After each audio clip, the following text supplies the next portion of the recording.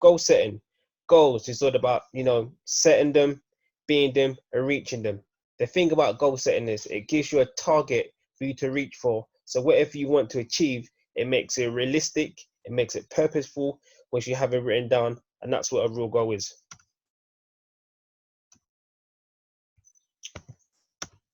So let's look at a definition of what goal setting is. So goal setting is when an individual or group are committed to achieving a short to long term that is highly important to them. And a few benefits of goal setting are tunnel vision, accountability, and planning.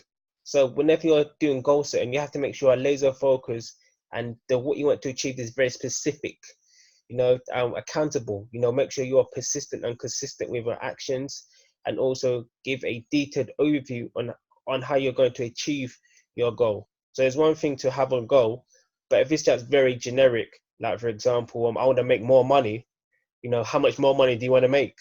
Or I want to get healthier, or I want to lose weight. That's very generic. It's not very specific. So if you're making something like, for example, I want to earn an additional £1,000 within the next 60 days, that's pretty much more specific. Or I want to lose weight, I want to lose 10 pounds within the next 2 weeks. That's something specific to what you want to do.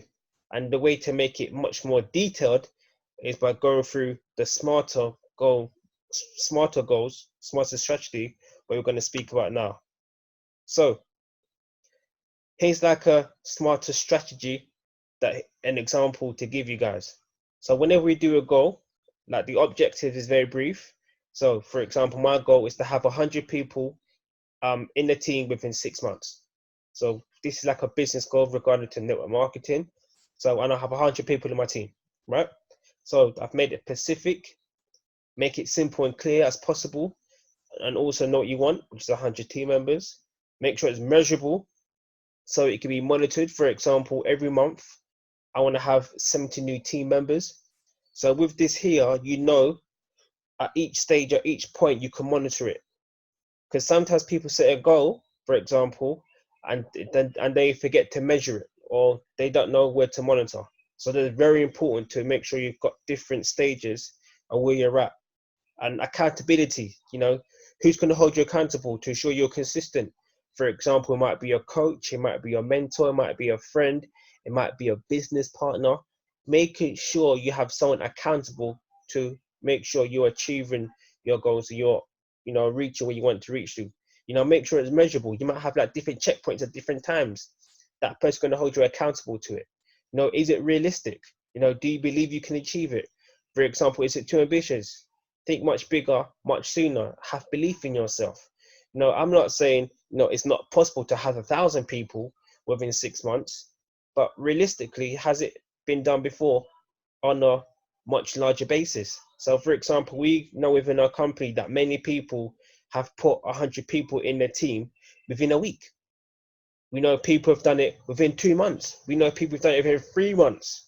So, for example, to set a goal within 6 months, I believe is very realistic, depend on the background you have, right? And time-based, how long will it take for you to achieve your goal? For example, we simply stated 6 months. Execution. Now, when it comes to execution, this is part of the planning and the action, how you're going to do it, part of the tunnel vision. Regarding network marketing, we have an acronym called MMA, money making activities.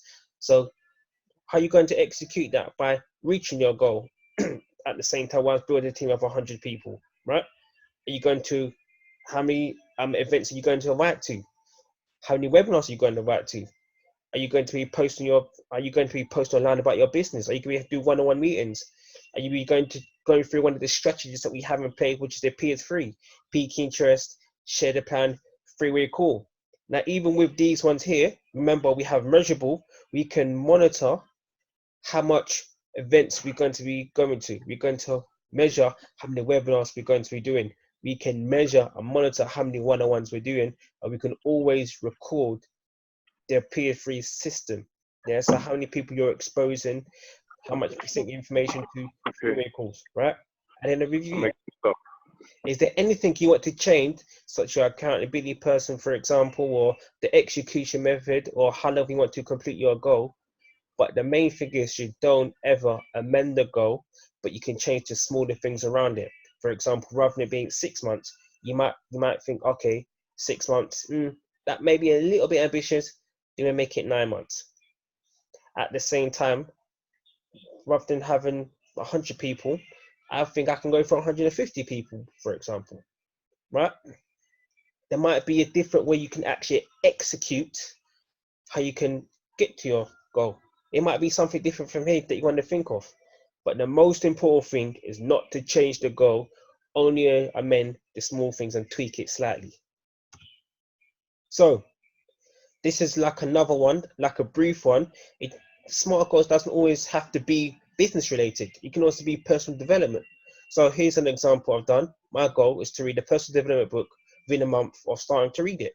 So I might decide to read a personal development book this month. It might not be tomorrow. It might not be the next day, but it might be the following week because I might not be ready to read it yet.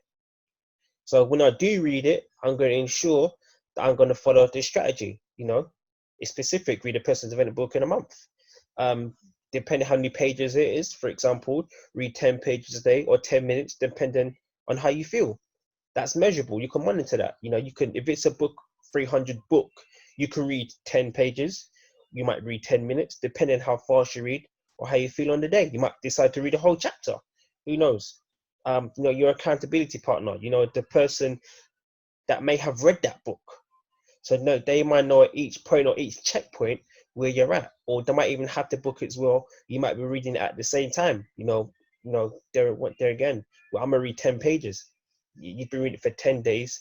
The person who you're accountability might have read about 50, 60 pages, but you might have already read about 30 pages. They're like, okay, so how could you haven't read as much as you could have read? We decided we're going to do X amount each day or time, depending, how far along are you? Make sure you're reading the book because more than likely they might have missed some days. You don't know. Yeah. So realistic, you might be a great reader. You may have chosen a big book. So therefore, 10 minutes is much more better than 10 pages because if it's a book of 150, for example, you're going to read it within 2 weeks. So it just depends again. Time-based, 1 month. Execution, when you're going to read the book. Is it going to be in the morning? It's going to be in the evening? It's going to be on your day to work? When you're going to have time to do it. And as we have in the review, is there anything you want to change, such as accountability person, the execution method, for example? So that's the little things, how you can apply it to different strategies, whether it's business or obviously personal development. And now I wanted to obviously mention the 3 different types of goals because the last time I did this, I went over it briefly, but I think it's actually important to actually understand the different types of to understand the different types of goals because you can reach a goal, but it depends how you reach that goal. So, for example, outcome goals. This is when you solely focus on completing the goal. For example, let's go by the personal development one. Your outcome is just to finish it. It doesn't matter how you finish it. You might read 5 pages, you might read 10 pages. As long as you've read that last page, for example, you've reached the goal because you've actually read it. It doesn't matter how you get there, but you actually read it. You might have skipped some chapters. You made an attempt. It's kind of like half doing it, or it's kind of like taking shortcuts.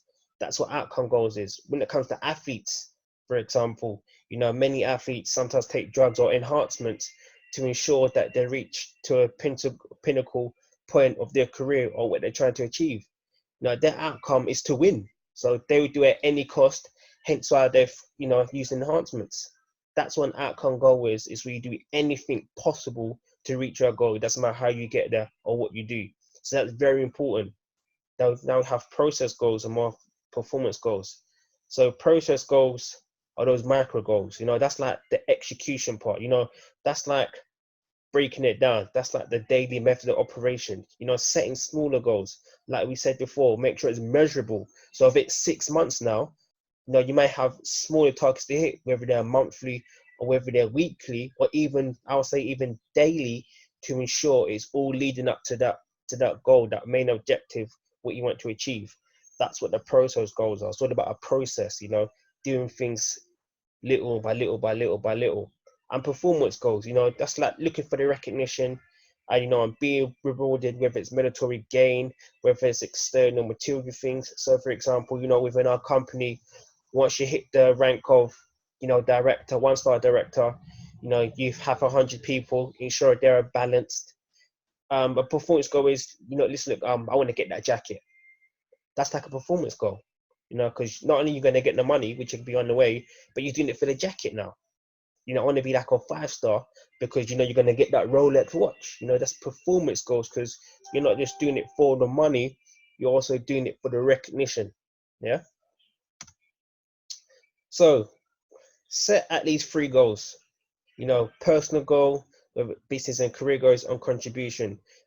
Setting these goals is very important, because what that means is it keeps your mind balanced. Rather than, I know we spoke about being tunnel vision, but at the same time, you don't want to forget about the other things that are also important in order you achieving that goal. So personal goal, make sure you have like health related goals or personal growth, because I believe, a healthy body is a healthy mind. So the more healthy your mind is, the more healthy your body is going to be. So therefore, you're going to work and be more focused on achieving your business goals or your contribution goals, just because your mind is at ease. You've got dopamine, which means you're releasing good feeling factors. Because from experience, I know what it feels like to work consistently, work hard, 15, 16-hour days. I mean, that's going in and not eating, literally just going to the toilet. I'm talking not even, having water. I'm just going in. I'm just, for weeks on end, day in, day out. And I actually got sick. I wasn't training as much as I should have been doing. I was doing the things like, looking after myself as much, because I was just so focused on achieve what I wanted to achieve. So it's very important that you have a health goal. Business goals. How much do you want to make? How many team members do you want to have? What skills need to acquire, depending what your goal is. And last but least, contribution. Volunteer for something. Be more available to help others. Now, I believe this is an important one that, no, I would say not many people would do, but I would highly suggest it. Just giving your time to something where you could actually helping people. I'm not saying, oh yeah, go in a volunteer shop, for example, but it might be something in your field, for example. You might have a skill that is actually underutilized, and you can help someone out whilst doing that for free, or just working for like a charitable thing, or helping out of the youth. Like for me, for example, I do coaching, so I get paid to coach, but all the other admin stuff I don't get paid to do, such as being team manager, taking obviously the youngsters on the competition. We have 4 of them a year. I take them 4 times a year. I take time out of my Saturdays to take them there, which means I don't always have time with my younger siblings or the family day that I have. But that's what I enjoy doing, and I do it for the youth. I don't get paid to do it. I just do it, or going to like committee meetings, like helping the bigger picture for the club, ensuring that we have coaches. I'm also like the junior coach coordinator, helping the coaches that came to the club and helping them grow, ensuring that they have confidence and get what they need to get from the sessions, and always guiding them and helping them as much as I can. So that's that for me. That's what I do for my contribution for society, and I'm always trying to help the youth as much as I can. So for me, that's what keeps me saying with those things there. Like I need to, like for example, I need to be going gym more. Like I actually got my missus into the gym. I kept on banging her, go gym, go gym, go gym, go gym. Now the roles reverse now. Now she's going gym like 3-4 times a week. I'm just going once or not even going at all. What I mean? So I need to get back into the health. That's my goal. Go gym at least 3 times a week, and each time beat my recordings when I was going, like my rowing recordings when I do. That's the kind of things that you could be doing for those goals there.